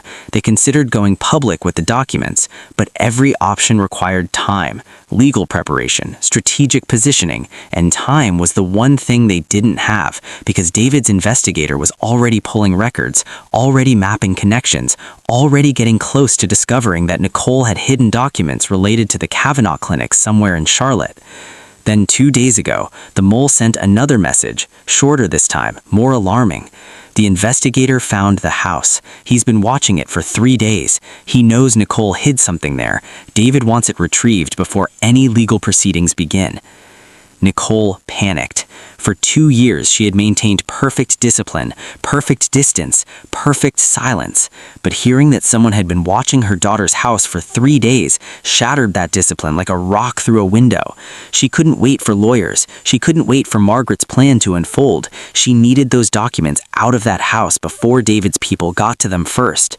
So she went herself on Tuesday night because she knew Tuesday nights were Rosie's diner nights. She knew James and Lily would be gone for at least 2 hours. She knew the house would be empty. She knew the security system because she was there when James installed it, and she remembered the codes because she remembered everything about that house. Every door, every window, every floorboard that creaked when the oak tree swayed in the wind. She remembered it all because that house was the last place she ever felt like a human being. And you don't forget places like that no matter how far you run from them. But she didn't account for one thing. James had changed the codes. Not all of them. He changed the door codes, he changed the alarm panel, but the interior motion sensor still operated on the original network, the same network Nicole knew. She was able to bypass the entry alarm using an old backup code that James had set during the initial installation and never updated, a code that he'd forgotten existed, a code that was buried in the system like a ghost in the wiring. She got inside. She went straight to Lily's room. She found the box, but then something happened. She heard a notification sound, a chime from inside the house, the security app confirming that motion had been detected and an alert had been sent to the homeowner's phone. Nicole realized James had upgraded the interior sensors. They were no longer passive, they were active, connected to his phone, which meant James now knew someone was in the house. She should have grabbed the documents and run. That was the logical thing, the tactical thing, the thing Margaret would have told her to do. But Nicole didn't do the logical thing because she was standing in her daughter's bedroom for the first time in 2 years, and Lily's scent was still in the air. The faint, sweet smell of the detergent James used on her sheets, the same detergent Nicole used to buy. He never changed it. He kept buying the same one. And that detail, that tiny, insignificant detail, destroyed her. She sat on the bed. She picked up Peanut. She held her daughter's stuffed elephant against her face and breathed in, and for 30 seconds she was not a woman on the run. She was not a strategic operative executing a retrieval mission. She was a mother in her baby's room, smelling her baby's sheets, holding her baby's toy, remembering what it felt like to be the person who tucked her in at night, remembering the weight of that tiny body in her arms, remembering the sound of that tiny voice saying, "Mommy." 30 seconds. That's all she took. 30 seconds of being a mother before the fear kicked back in, and she remembered where she was and what was at stake, and that every second she stayed was a second closer to everything falling apart. She ran, left the box, left the phone, left the documents, ran out the back door, across the yard, through the gate, and down the alley to the street where she'd parked 4 blocks away. She drove home, called Nicole, and Margaret told her what Nicole already knew. James is going to find the box. He's going to find the phone. He's going to read the messages. Nicole said, "I know." "And he's going to call me." "I know." "And what do you want me to do when he does?" Nicole was quiet for a long time. Then she said, "Tell him everything, and then bring him to me. I need to see him in person. I need to tell him the rest in person." Margaret paused. "Are you sure?" "No, but it's time. It was always going to be time eventually. I just hoped I'd be braver when it came." James listened to Margaret recount this conversation and felt something shift inside his chest, something tectonic. The anger was still there. He wouldn't pretend it wasn't. The anger at being lied to, the anger at having the foundation of his life pulled out under his feet, the anger at 2 years of suffering that could have been avoided if Nicole had just trusted him enough to tell the truth from the beginning. But underneath the anger, there was something else, something he didn't want to feel because feeling it made everything more complicated. Understanding. He understood why she did what she did. He didn't agree with it. He didn't think it was right, but he understood it. Because James knew what it meant to be so afraid of losing something that you make decisions that don't make sense to anyone except the person who's terrified. He knew what it meant to carry a secret so heavy that the weight of it changes the shape of your spine. He knew what it meant to love someone so much that you would rather destroy yourself than let anything touch them. He knew because that's exactly how he loved Lily. Margaret gave James an address, a small apartment complex on the east side of Charlotte, Unit 4B. She said Nicole was there, waiting. She said Nicole hadn't slept in 3 days. She said she had been sitting by the window watching the street, not knowing if either James or David's people would find her and not knowing which one it would be. James wrote the address on the back of a grocery receipt. He looked at the clock. 12:23 a.m. He looked down the hallway toward Lily's room. He couldn't leave her. Not alone, not tonight, not with everything he now knew about who might be watching this house. He called Derek. Derek answered on the first ring. He'd been sitting in his truck this entire time, waiting. Not because James asked him to, because that's who Derek was. "I need you to come inside. Stay with Lily. Don't let anyone in. Anyone. Not a neighbor, not a delivery person, not a woman you don't recognize. Nobody." Derek was at the front door in 30 seconds. He walked in and looked at James and didn't ask questions. He just nodded, went to the living room, sat down on the couch and said, "Go do what you need to do. She's safe with me." James grabbed his keys, his phone, the burner phone, and he walked out the front door into the night. The drive took 22 minutes. He drove in silence. No music, no radio, no phone calls, just the sound of the engine and the tires on asphalt and his own thoughts spiraling in circles that got tighter with each mile. He was about to see Nicole for the first time in 2 years, the woman he married, the woman he mourned, the woman he hated and loved and missed and resented every single day since she vanished. He was about to stand in front of her, and he had no idea what was going to come out of his mouth. Would he yell? Would he cry? Would he ask questions? Would he stand there in silence the way he stood in silence for 2 years waiting for answers that never came? He pulled into the apartment complex at 12:47 a.m. It was small, old, the kind of place where the hallway lights flicker and the stairs creak and the paint is peeling, but it's clean. The kind of place a person lives when they're hiding, when they don't want to be noticed, when their entire existence has been compressed into something small and anonymous and invisible. He found Unit 4B, second floor, end of the hallway, a thin door with a brass number that was slightly crooked. He stood in front of that door for a long time. How long he didn't know. Could have been 30 seconds, could have been 5 minutes. Time had stopped making sense hours ago. He raised his hand, made a fist, and knocked.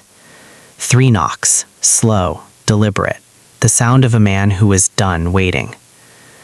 Silence on the other side, then footsteps, light, hesitant, the sound of someone walking toward a door they're not sure they want to open. The lock turned, the handle moved, and the door opened. And there she was, Nicole, standing in the doorway of a dim apartment wearing a gray sweatshirt and black leggings and no shoes. Her hair was pulled back, no makeup, no jewelry except a thin chain around her neck that James recognized because he gave it to her on their first anniversary. She still wore it. After everything, after 2 years of exile and sacrifice and sleeping alone in an apartment 25 minutes from the man who gave it to her, she still wore it against her skin like a secret she kept close to her heart. She looked different, thinner, the kind of thin that comes from not eating enough for a long time. Her cheekbones were sharper, her collarbones above the neckline of the sweatshirt. But her eyes were exactly the same. That tiredness he recognized from the very first day in the coffee shop, that weight, that invisible thing she carried that he could always see because he carried the same one. Except now the weight was worse, heavier, 2 years heavier. The weight of a woman who left her child voluntarily, the woman who sat in parking lots watching a life she couldn't participate in, the mother who chose exile over presence because presence meant danger, and danger meant Lily, and Lily was the one thing on this earth that Nicole would not risk. They looked at each other. Neither of them spoke. The hallway was silent. The fluorescent light above buzzed faintly. Somewhere in the building, a television was playing behind a closed door. Normal sounds. The sounds of other people living normal lives on a normal night while two people who used to share a bed and a child and a future stood 3 feet apart trying to find words big enough to fill 2 years of silence. Nicole spoke first. Her voice cracked on the first syllable and she had to start over. James. One word. His name. And it hit her like a train. Because nobody said James's name the way Nicole did. Nobody. Not Gloria, not Derek, not Dr. Perry.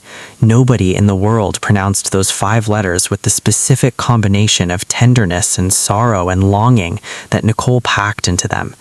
It was like hearing a song she'd forgotten existed, a song that used to play every morning when she woke up next to him and said his name before she said anything else. James, always first, like his name was the first thing her mouth wanted to form every day. He didn't respond. He couldn't.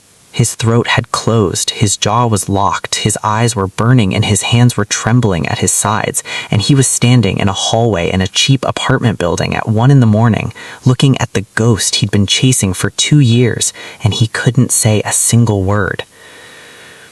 Nicole's eyes filled with tears. She didn't wipe them, she let them fall. Down her cheeks, off her jaw, onto the gray sweatshirt. She stood there crying silently in the doorway, the way Gloria cried behind her bedroom door, the way James cried in his kitchen an hour ago. Quiet, practiced, the crying of people who have trained themselves to break without making a sound. She stepped back from the door. An invitation. Come in, please, come in. James stepped inside. The apartment was small. 1 room that served as living room and bedroom, a tiny kitchen, a bathroom with the door open. The furniture was minimal. A mattress on the floor with sheets that were twisted and bunched like someone who tosses and turns every night. A folding table with 2 chairs. A lamp that gave off warm yellow light. And on every surface, every wall, every available space, photographs. Photographs of Lily, printed from somewhere. Maybe from James's social media, maybe from the school's website, maybe from the rare Facebook posts he made showing Lily at the park, or Lily on her first day of school, or Lily blowing out candles on a birthday cake. Nicole had found every single one, printed them, and covered her apartment with them. The walls looked like a shrine, a mother's shrine to a daughter she could see but not touch, a daughter she watched grow up through a car windshield and a screen and the unbearable distance of 25 minutes that might as well have been 25,000 miles.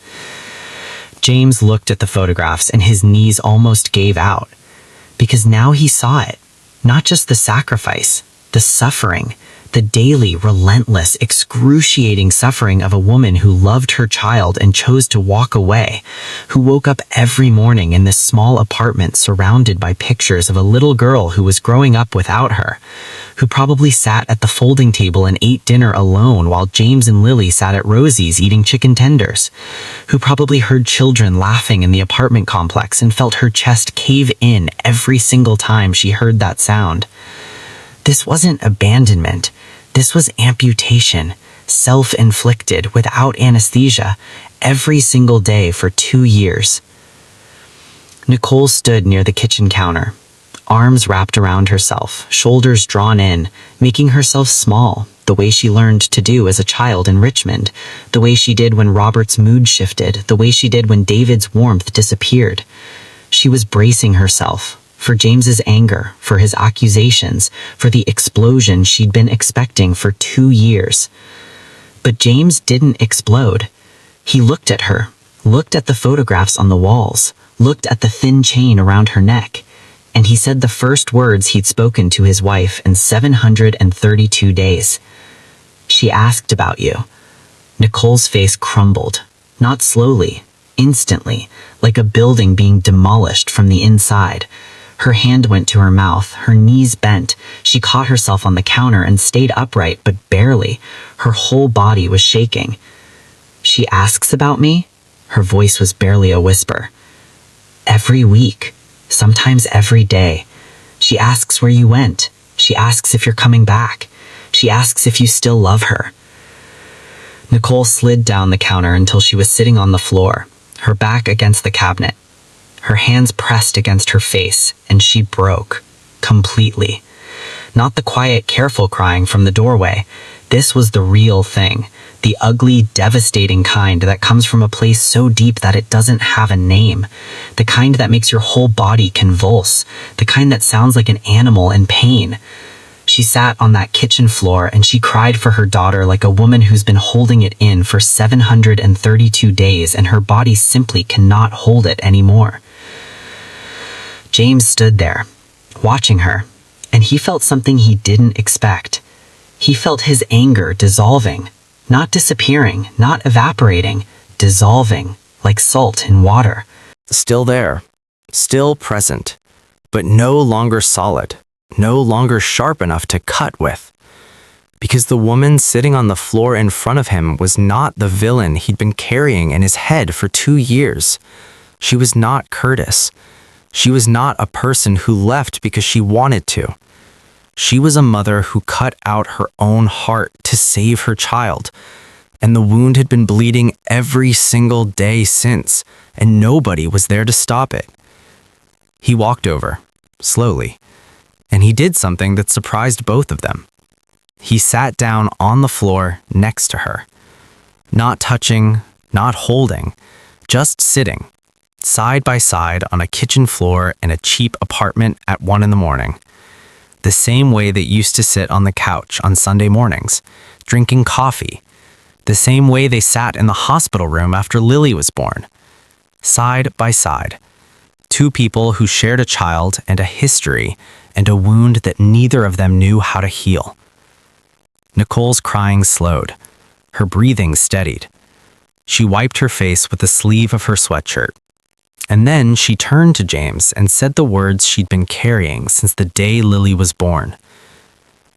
I don't know if she's biological, James. I told you that in the messages, and I know that must be destroying you. But I need you to hear me say this to your face. I need you to see my eyes when I say it. James turned to look at Nicole. Their faces were close enough that he could see the red rims of her eyes, the dried tears on her cheeks, the faint scar on her chin when she fell off a bike at 12, a detail she'd told him on their second date, a detail he'd never forgotten. Nicole said, "It doesn't matter. The biology doesn't matter." I know that sounds impossible coming from me, the woman who lied about it, the woman who let you believe something that might not be true. But James, I watched you. For 2 years, I watched you raise that little girl. I sat in parking lots and watched you carry her into school. I watched you push her on the swings at the park. I watched you through the diner window on Tuesday nights. And every single time I saw you with her, I knew. I knew that whatever DNA says you are her father, you are. In every way that matters. In every way that a child needs. You are her father. James' jaw trembled. He bit down hard, pressed his teeth together until his molars ached, because he needed to feel something physical, something concrete, something to anchor him to the floor because every other part of him was floating. He said, I need to know. Nicole looked at him. I need to know, Nicole. I need the test. Not because it changes how I feel about her. It doesn't. She's my daughter. She will always be my daughter. But I need you to know because I can't carry a question mark for the rest of my life. I've carried too many already.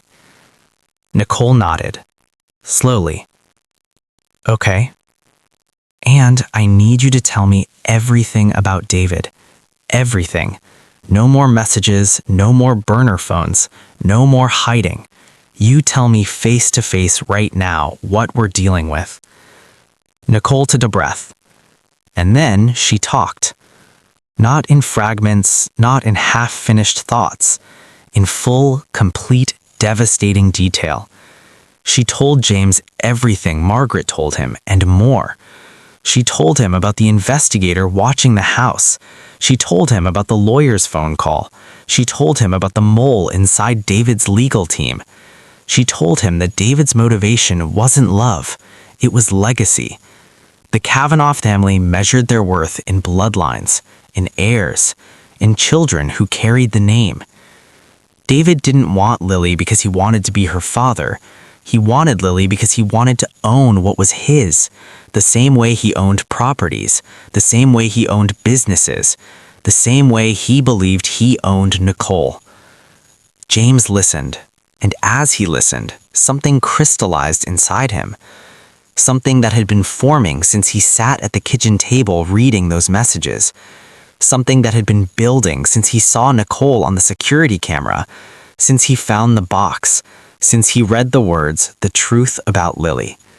It was a decision, not a reactive one, not an emotional one, a calculated, measured, absolute decision. He was going to fight. Not with fists, not with threats, not with the desperate flailing of a man who's been backed into a corner. With strategy, with preparation, with the meticulous precision of a man who builds security systems for a living and understands that every fortress has a vulnerability. Even the Kavanaugh fortress. Even the fortress built with old money in private clinics and lawyers who make problems disappear. Those documents in his hallway closet were the vulnerability, the crack in the wall, the one thing David's money couldn't fix. And James was going to drive a wedge into that crack so deep that the entire wall would come down. He looked at Nicole. "We're going to need Margaret." Nicole nodded. "She's ready. She's been ready for 2 years. And we're going to need a lawyer, a real one, not someone from a phone book, someone who's taken on families like the Kavanaughs and won." Nicole said, "Margaret knows someone. A woman in Raleigh. She's handled cases against connected families. She's not afraid of money." James nodded. Then he said something he didn't plan to say, something that came from a place he didn't know still existed inside him. "I'm not going to forgive you tonight, Nicole. I want to be honest about that. What you did, the lies, the secret about Lily, leaving without telling me why. I'm not ready to forgive that. I don't know if I'll ever be ready." Nicole's eyes filled again. She nodded. "I know. But I'm not going to let him take our daughter. Our daughter." He said it without hesitation, without qualification. Our daughter. Nicole's chin trembled. She pressed her lips together, and she whispered, "Thank you, James." He shook his head. "Don't thank me. I'm not doing this for you. I'm doing this for her." Nicole accepted that. She accepted it the way a person accepts a truth that hurts but is fair. She had given up the right to be the reason James fought. She knew that.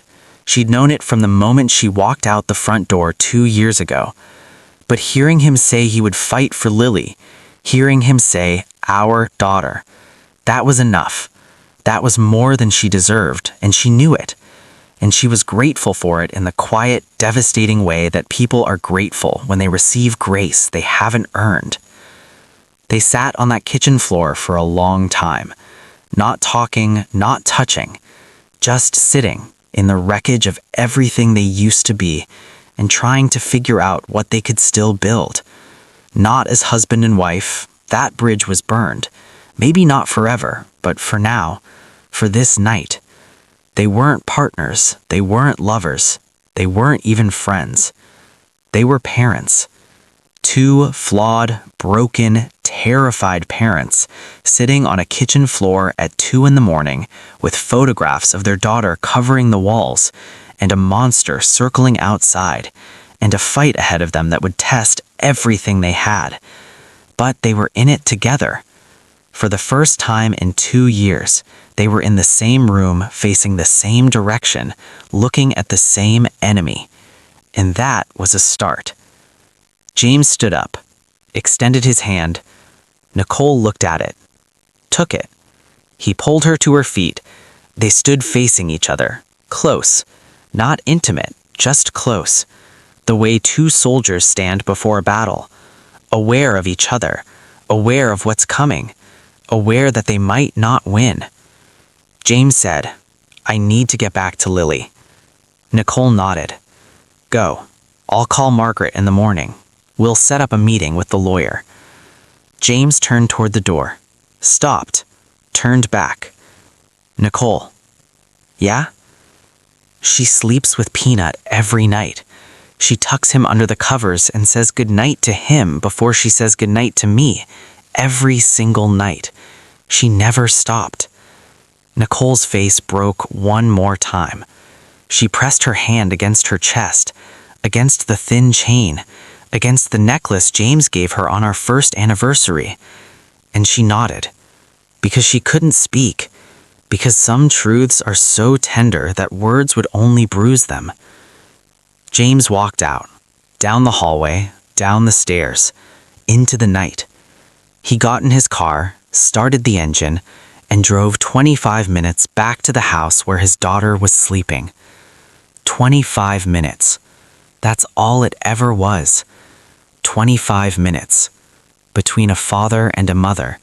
Between a family and its ghost. Between a man who stayed and a woman who left so he could. 25 minutes. 732 days. And a little girl named Lily who had no idea that both of her parents loved her enough to break themselves in half for her. One by staying, and one by leaving. And now, finally, for the first time since she was born, both of them were fighting for her at the same time. James pulled into his driveway at 2:14 in the morning. The porch light was on the way it always was. The house looked the same. Same brick, same shutters, same oak tree that dropped leaves everywhere in the fall. Same security camera mounted above the front door that had started this all just 7 hours ago when it captured a ghost walking through his daughter's bedroom. 7 hours. That's all it'd been. 7 hours since he was sitting in a booth at Rosie's watching Lily color a cat on a kids menu. 7 hours since his phone buzzed and the world he thought he understood crumbled into something he didn't recognize. In 7 hours, James discovered that his ex-wife didn't abandon him, that she sacrificed herself to protect her daughter from a man whose family operated above the law, that the woman he mourned for 2 years had been living 25 minutes away, watching them from parking lots and windshields and the other side of a diner window, that her daughter might not share his DNA, and that none of that changed the fact that he was her father in every way that mattered. 7 hours, a lifetime compressed into a single night. He sat in the car for a moment, engine off, hands on the wheel, staring at the front door. The same front door Curtis walked out of when James was 4 years old. Different house, different city, different decade, but the same door. Every front door in James's life was the same door, the one people walked through when they chose to leave. And for 2 years, James believed Nicole walked through that door the same way Curtis did, voluntarily, selfishly, without looking back. But she did look back. She looked back every single day. She looked back from a parking lot outside Lily's school. She looked back from a car parked on their street at midnight. She looked back from a small apartment covered in photographs of a daughter she couldn't hold. Nicole didn't walk through the door like Curtis. She was pushed through it. By fear. By a man named David Kavanaugh. By a system that gave predators more power than protectors. She was pushed and she went willingly, because the alternative was watching her daughter get swallowed by the same machinery that swallowed her. James took a breath, got out of the car, walked to the front door, opened it. Derek was sitting on the couch, awake, arms folded across his chest. The TV was off. The house was dark except for the hallway light. Derek looked up when James walked in, and the two men just looked at each other for a long moment. Derek's face was calm, but his eyes were asking 100 questions. Where did you go? What did you find? What's happening? Are you okay? Is Lily okay? What do you need me to do? James sat down on the couch next to him, leaned forward, elbows on his knees, hands clasped together, and he told Derek everything. He started from the beginning. The burner phone, the messages, Nicole's childhood in Richmond, David Kavanaugh, the clinic, the pregnancy, the possibility that Lily might not be his biologically, Nicole's sacrifice, the documents hidden in the closet, the investigator watching the house, the danger that was still out there circling like a shark in dark water. Derek listened without interrupting, not once. He sat there and absorbed every word with the steady, unshakable patience of a man who understood that his job right now was not to react, but to receive. When James finished talking, the kitchen was quiet. The clock ticked. The refrigerator hummed. The same sounds that had accompanied every revelation of this night. The soundtrack of a life being disassembled and rebuilt in real time. Derek was silent for a long time. Then he said one thing. What do you need? Not what are you going to do, not how do you feel, not I can't believe this, just what do you need? Because Derek understood something that most people don't. When a man is drowning, you don't ask him to describe the water, you throw him a rope. James said, I need a lawyer. I need someone who can go up against the Kavanaugh family and not blink. Derek nodded. I know someone. My cousin Angela, she's a family law attorney in Durham. She's mean as hell in a courtroom. She took on a state senator in a custody case 3 years ago and won. You want me to call her? James almost smiled. Almost. Yeah, call her. Done. What else? I need you to help me upgrade the security system on this house. New codes, new sensors, cameras on every angle. I want to know if a squirrel crosses my lawn. Derek nodded. I'll bring the equipment tomorrow morning. We'll have it done by noon. And Derek? Yeah? James looked at him, really looked at him.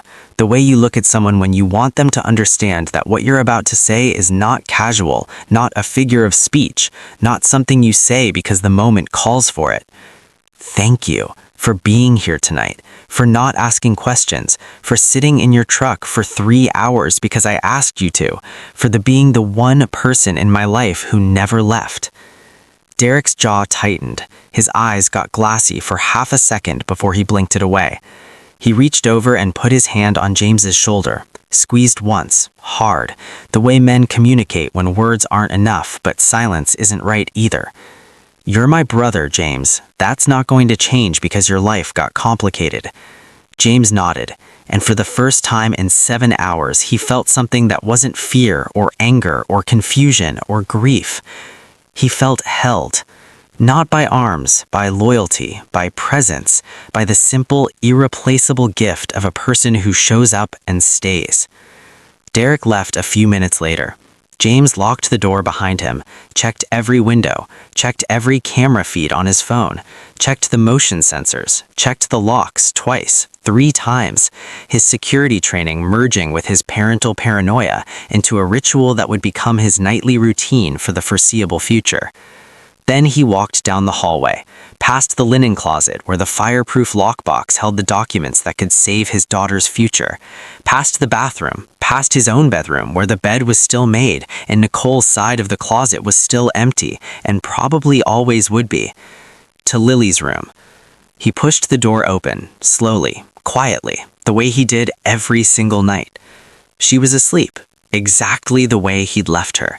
Covers pulled up to her chin, peanut tucked under her arm, mouth slightly open, breathing that slow, steady rhythm that only children can produce.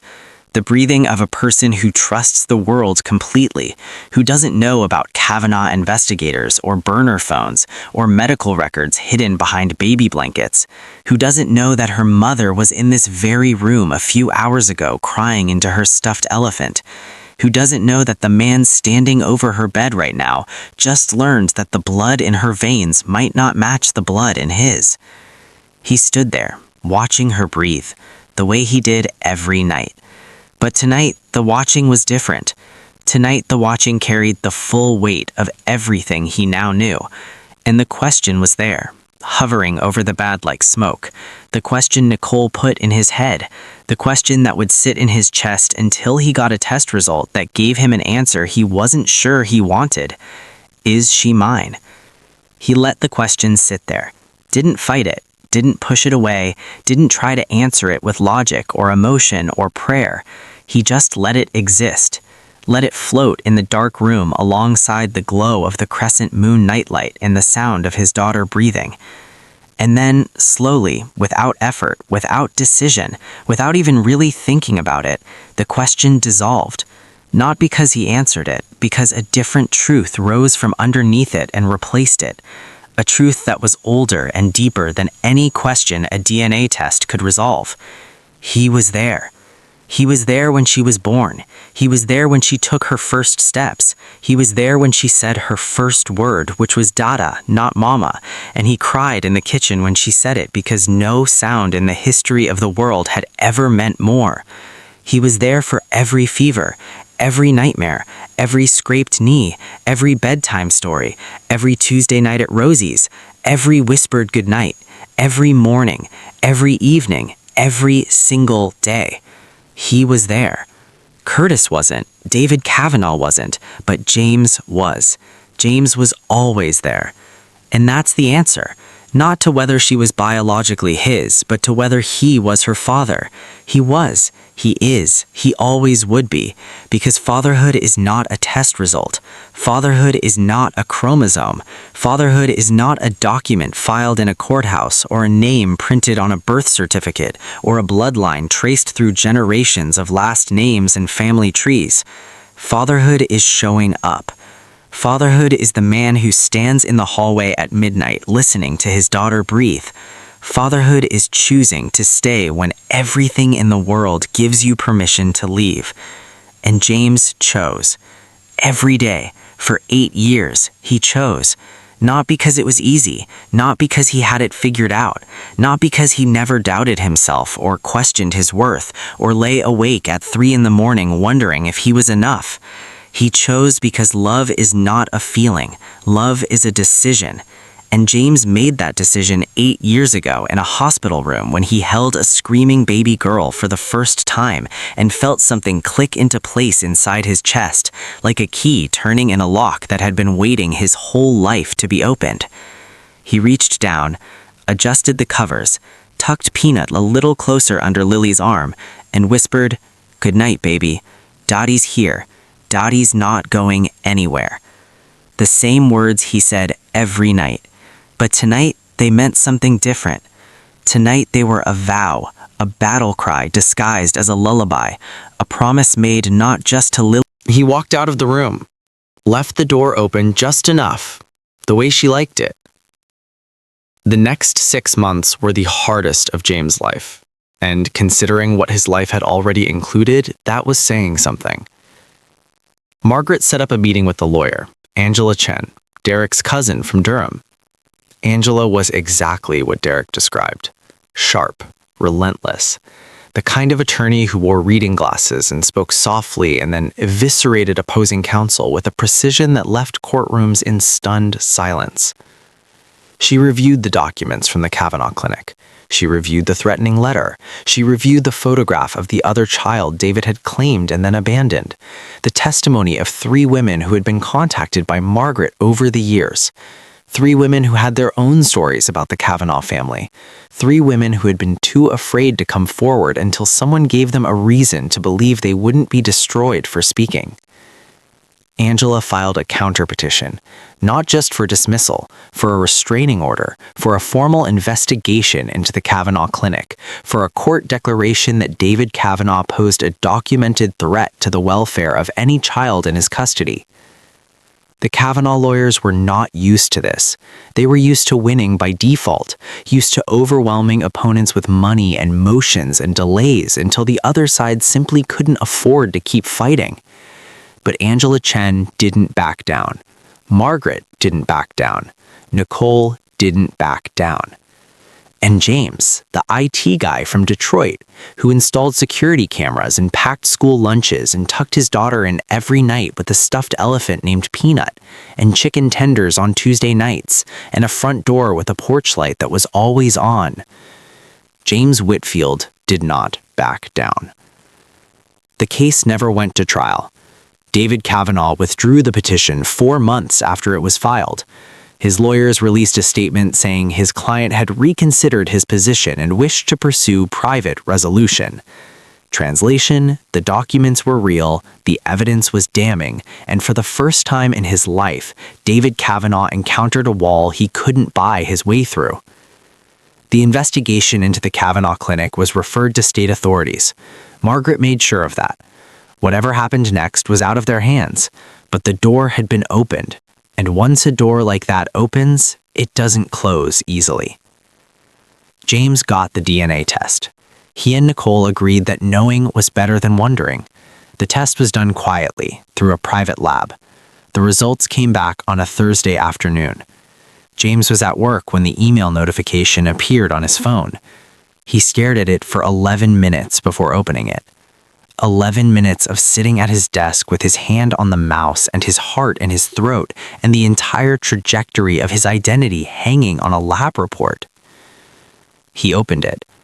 He read the results, and then he closed his laptop, put his face in his hands, and sat there for a long time. He never told anyone what the results said.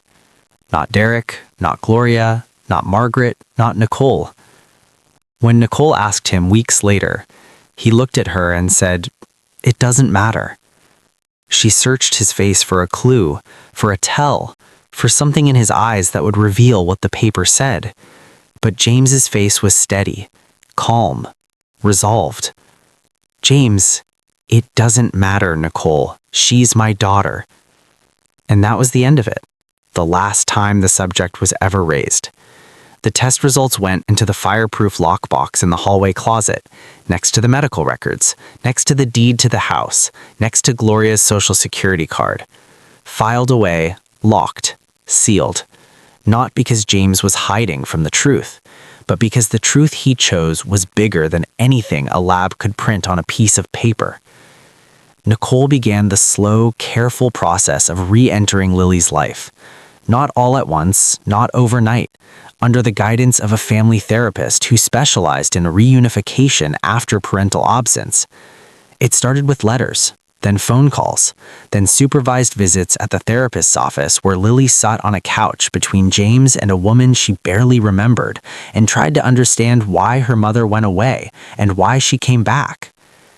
The first time Lily saw Nicole in person, she didn't run to her. She didn't cry. She didn't scream. She stood very still and looked at Nicole with an expression that was far too old for an 8-year-old face. An expression that said, "I know you. I've been waiting for you. But I'm also angry with you and I don't have the words for it yet." Nicole knelt down, eye level, the way James always did when Lily needed to feel heard. And Nicole said, "I know you have questions, baby, and I'm going to answer every single one. But first, I need you to know something. I never stopped loving you. Not for 1 second, not for 1 day. I loved you every moment I was gone, and I'm going to spend the rest of my life proving it." Lily looked at her for a long time. Then she looked at James, checking, the way children do when they need the safe parent to confirm that it's okay to feel what they're feeling. James nodded, just slightly, and Lily turned back to Nicole and said something that broke every adult in that room. "Peanut missed you too." Nicole pulled Lily into her arms and held her and cried. Not the silent kind this time, the loud kind, the kind that doesn't care who hears it, the kind that a mother makes when she finally gets to hold her child again after 2 years of exile and parking lots and photographs on walls and nights spent 25 minutes away from the only thing in the world that mattered. James watched from across the room, his arms folded, his jaw tight, his eyes dry because he had no tears left. He used them all up, every last one. Over 730 nights and one impossible night that changed everything. He wasn't okay. He wouldn't pretend he was. There were things that would take years to heal. Trust that might never be fully rebuilt. A marriage that existed in a space between broken and reborn that didn't have a name yet. Questions that would surface at unexpected moments. A shadow named Kavanaugh that might recede but would probably never fully disappear. But Lily was safe. Lily was loved. Lily had a father who stayed and a mother who came back, and a stuffed elephant named Peanut, and chicken tenders on Tuesday nights, and a front door with a porch light that was always on. And James watched in that therapist's office, watching his daughter hold her mother for the first time in 2 years, and he thought about Curtis, about the man who walked out of a house in Detroit on a Tuesday morning with a duffel bag and 4 words, "Be good for your mama." He thought about the carpet and the soggy cereal and the closing door. He thought about the hallway and Gloria crying behind her bedroom door. He thought about the promise he made to himself at 5 years old, standing in that hallway in his pajamas. I will never be that man. I will never leave. I will be enough. And standing in that room, watching his daughter's arms wrapped around her mother's neck in that therapist's office, he realized something that settled into his chest like a warm hand pressing against a wound that had been open for 30 years. He kept the promise. Not perfectly, not without pain, not without doubt, not without 3 a.m. kitchen table breakdowns and security camera obsessions and a fear of abandonment so deep that it had its own heartbeat. But he kept it. He showed up every day, every night, every fever, every nightmare, every Tuesday at Rosie's, every whispered goodnight, every morning school drop-off, every afternoon pickup, every permission slip, every awkward parent-teacher conference, every single moment that mattered. He showed up. And that's what fatherhood is. Not perfection, not biology, not a test result locked in a fireproof box. Presence. The relentless, stubborn, beautiful, terrifying act of being there. James Whitfield was there. He was always there. And that made him the greatest father Lily would ever need. Not because he never broke, but because every time he did, he put himself back together before she woke up. Every single time. That's what single fathers do. They break quietly so their children can live loudly. And James Whitfield was the loudest silence his daughter ever knew.